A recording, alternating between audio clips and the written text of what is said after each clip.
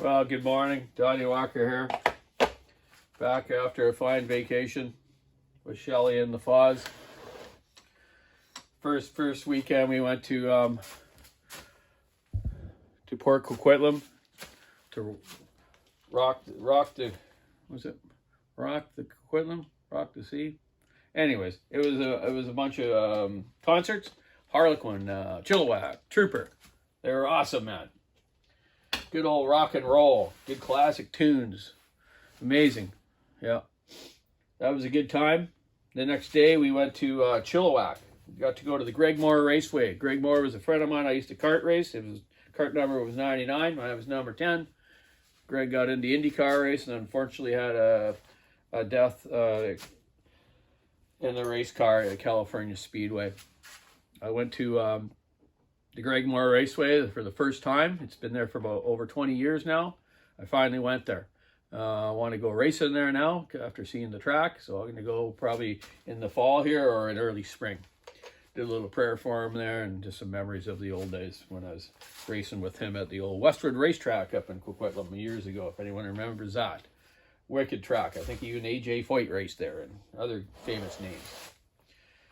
After that, I went to the Still Timber Sports Series, watched the men's hot saws and the women's challenge, watched Anita and Ellie Briscoe from the island here compete. They did very well. Congratulations to them all. And after that, I left and we stayed in a remote cabin on the middle on the side of the Chilliwack River up from the township there. Pretty neat. No power, nothing. This little cabin. I sat out on the porch there that night with a little stick and I was pretending I was playing a banjo like the Deliverance guy. That's what it kind of seemed like. Funny. Took the dog swimming, did a little fishing, didn't catch anything, but had a good time.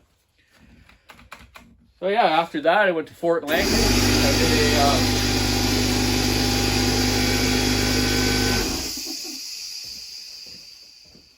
real time, eh? Compressor always comes on in the middle of a video.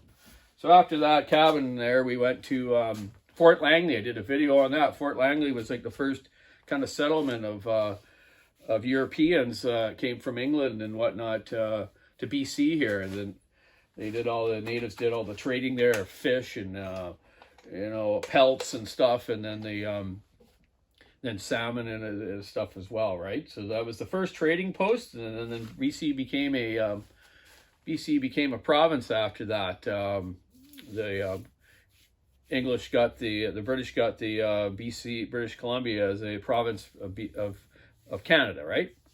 So and they had the first boat too was the SS Beaver. The SS Beaver would go up the inlet of the Vancouver Island here along the coast and go to all these native reserves and trade. You know, it was the HBC, the Hudson's Bay Company. They would trade blankets and flour and stuff for more pelts and salmon and whatnot, right? And cranberries. Cranberries was a big thing here. Cranberries actually, guys that got scurvy ate a lot of cranberries because the vitamins in it would help get rid of the scurvy. Amazing, eh? And at that Fort Langley, they built these wooden barrels, like wine barrels, and they'd stuff it full of cranberries and dry fish and pelts and ship it to Hawaii, California, all over the place, to Europe. Pretty cool. Good history. So yeah, after that, went back to North Van, stayed at that campsite on the Lionsgate Bridge by the Capilano River, and watched some traditional native fishing there. I showed you guys a video on that, how they corral the fish and dip them out like that. Very, very cool, man. Lots of guys were fishing down below the bridge because if you're not native, you have to have a license and you're only allowed like one per day of a certain species. So it's controlled that way. But the Aboriginals can fish and get as many as they want because it's their land. Anyways, then back home. Back home to port some more saws and build some more saws for people. We got the Bradleys from Catbird Hill here. They got a YouTube video channel. Check it out. Sergeant Bradley. This is a 6100 Dolmar.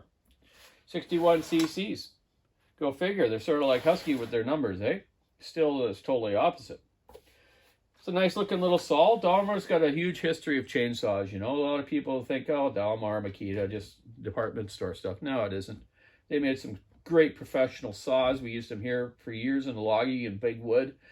Models like 143, 133. Can't remember a couple of the other ones. It's been a long time. But yeah, this is a nice saw. It looks really nice. I like it. It's got nice handlebars, the inside drive clutch, the outside adjuster.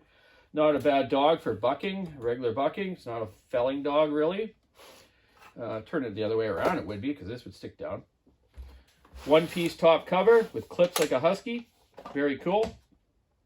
Nice big HD filter. Should filter well. It's got a really nice rubber seal on it. You can feel it grip on there when I pulled it off, right?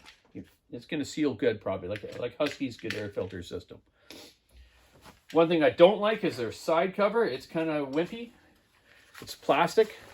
You know, this is going to start wearing here, and then it's going to get warped. Be nice if this was made out of magnesium or aluminum. I have a hard time saying that. And they should have a separate deflector here that you can bolt on and bolt off. So as this wears, you can just change this guard here like Huskies and Stills. That's kind of cheap. Other than that, this is a stratified motor. It's got huge flywheel fins on it. So it's got your intake of your carburetor, and your fresh air goes in for your stratified motor. We'll get this apart and have a look at it and see what it looks like inside. Do some measurements, record all the measurements in my magical little book here. And see how it goes. It's an adjustable carburetor, which is cool, not electronic ones like the Auto-Tune or the M-Tronic. So they still have that system, sort of like Echo still does. But Echo does not have the stratified engine. They just still got old school Type 1, which meets the emissions, I guess. Let's take this apart, see if it has 1 rings or 2 rings. A lot of the stratified motors have 2 rings for emissions. We'll see how this one looks. Anyways, Catbird Hill, we'll get this apart, pour her up, mod the muffler, and get her back to you. And you can show it hopefully on one of your fine videos. I haven't watched a couple of yours lately, but tonight I'm going to sit back and watch a couple of yours. I really enjoy them. Thanks for watching and commenting as well. So everyone out there in YouTube land, Donny's back at her. Any questions you can send me a message on the YouTube. Or you could always email me at kartshop10@gmail.com. That's KARTSHOP10@gmail.com. Sometimes people email the Walker Saw Shop, and a lot of times I have to, get the email from Johnny, then he gets me the email, then I try to get back to you. I might have missed lots of emails. I'm sorry, but I'm very busy, and I'm not a real electronics person, but I'll do the best I can, okay? So yeah, do that if you want. If you have any questions on old saws or new saws, or how to fix something or whatever you want to do. If you want me to make a video of a certain thing you can't figure out, I'll help you out. Okay, so time to get at her. Let's get this Catbird Hill 6100 ripped apart here. Maybe I'll do another video a little later of assembling it or just running it. This thing hasn't been around before. It hasn't even had fuel in it. So, yeah, interesting. So, let's get at her. Keep your saw into it, sticking nice, rubbering around. Have a great week. Check out the WalkerSawShop.com online store. Happy Monday. Bye-bye.